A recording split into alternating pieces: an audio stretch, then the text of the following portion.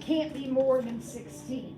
So whatever x and y are, they have to add up to be less than or equal to 16. Does that make sense to you, according to what the problem says?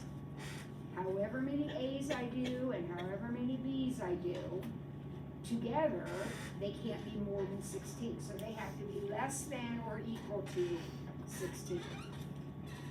All right? Now, what does this row say?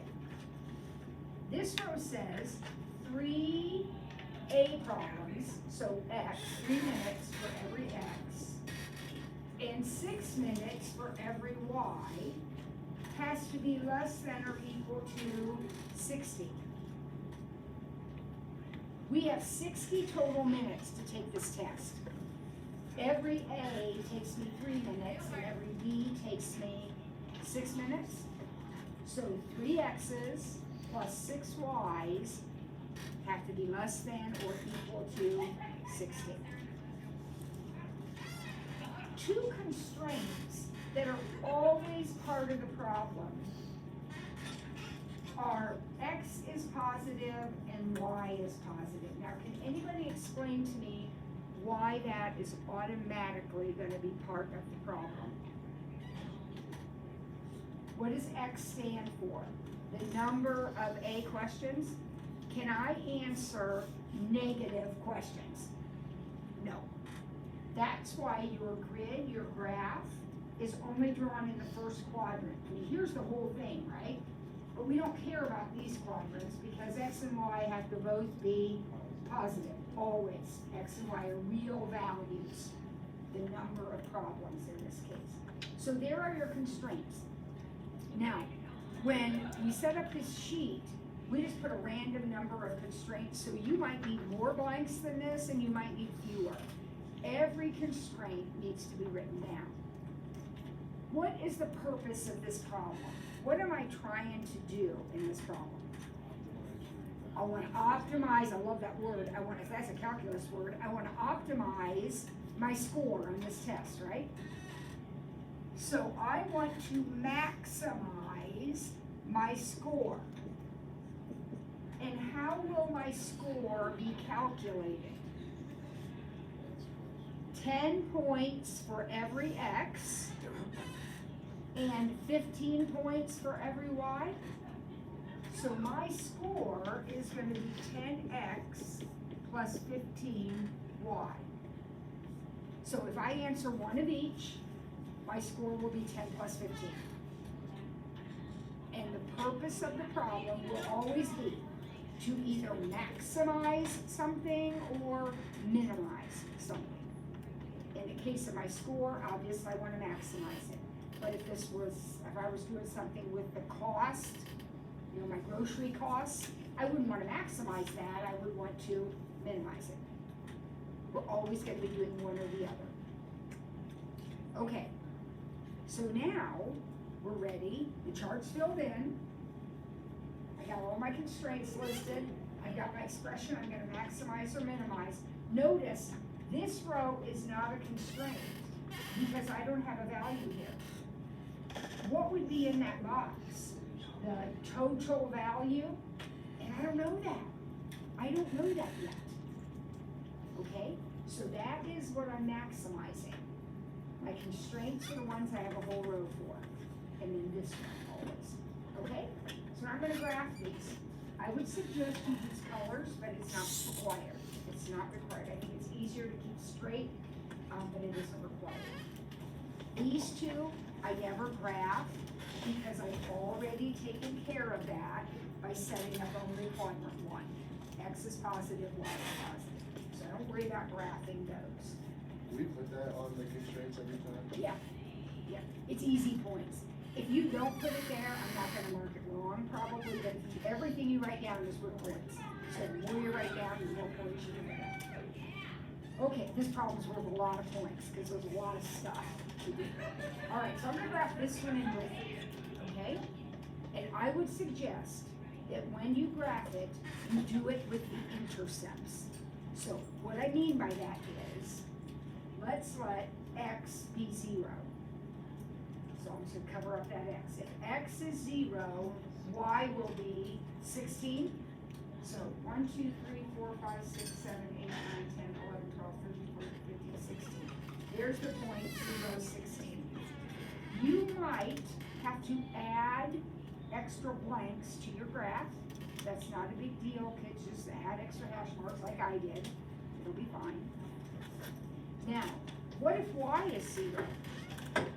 If y is 0, x is 16. 1, 2, 3, 4, 5, 6, 7, 8, 9, 10, 11, 12, 13, 14, 15,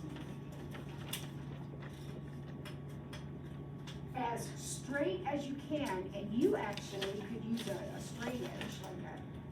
I'd be part of the notebook or something. As straight as you can, connect those two dots. And that is a picture of this. Now, you need to shade it. What does less than mean? And that's a less than, that means I'm shading it. So right now, I have this triangle right here. Remember, I'm in quadrant 1. So the axes are my boundaries. X has to be positive, Y has to be positive. So I'm below my red line. All right. Now we're going to do exactly the same thing with my blue line. So if I cover up X, what is Y going to be? 10. So 1, 2, 3, 4, 5, 6, 7, 8, 9, 10, 0, 10. If I cover up Y, X is 20. You're going to have to add some blanks probably. But again, please don't let that worry you. You just add some, extend the line. You can do that. And then again, as carefully as you can, join those with a nice straight line. Mine is not straight, mine is arced. I don't know why I have such a hard time with that. But anyway, it's supposed to be a nice straight line. And that one is also shaded. Also shaded below. Now, since the blue is also shaded below, we are going to have a region that is shaded both. And that is the part you're interested in. So the part that's shaded both is bounded by these black dots. I'm going to go over it here. Would you all agree that that is the part of the graph bounded by these big black dots? That's the part of the graph that is the overlap. It's always the overlap part that you're interested in. There'll be other parts shaded, but we don't care about them. It's just got to be blue and red both. Okay? Next step. There are 4 big black corners, they're called vertices, to this figure. Your job is to figure out what they are. Some of them are always easy. For example, what's that point? 0, 0. This one, I always label when I draw my picture, so I had this one labeled 0, 10 from plotting my blue line. This one, same thing, I had that one labeled 16, 0 for my red line. This one is the tricky one. Okay? Now, if you've drawn a really careful picture and you've got good graph paper, you might be able to eyeball it. There is no way I can eyeball mine because my eyes are straight and it's a mess. So here's how you mathematically find that point. I am telling you, if you are comfortable eyeballing yours, I mean your grade's on the line, if you're comfortable eyeballing it though, it's fine, you can eyeball it. But I have to do it mathematically. So that dot is the intersection of my red and my blue. Would you agree with me?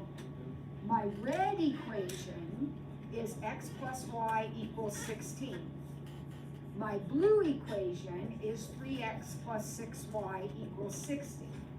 Guess what I'm gonna do with those two equations to find where they cross? I'm gonna substitute or eliminate. I'm gonna eliminate because I love to eliminate, but you can certainly substitute if you want. So I'll multiply the top one maybe by -3. So -3x minus 3y is -48. Oh my gosh, Mrs. Ward, this problem goes on forever. Yes, I do. No big. So 3y equals 12. I got y equals 4. Those of you that have good pictures, does that look about right? That y would be 4? And x then is 12 if I plug back in, 12, 4?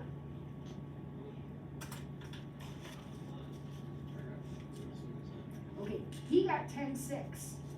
Okay, that's a problem, right? The answer is 12, 4. This will never let you down. So there's one issue with eyeballing, okay? No, I got a graph. Yeah, something's not straight or lined up or something, yeah. Yeah, 10, 6 isn't right, because if I put 10 in here and 6 in here, I don't get 60. So yeah, I think it's 12, 4. Okay, so if you want to be absolutely sure you have the right point, then you're going to substitute eliminate or Cramer's rule, right, to find that. Okay, so it's lunchtime. So we're gonna stop here and we'll pick up. We're not done with the problem yet, but we are almost done, okay? I need you back at 15, everybody back at 15. Quick lunch today.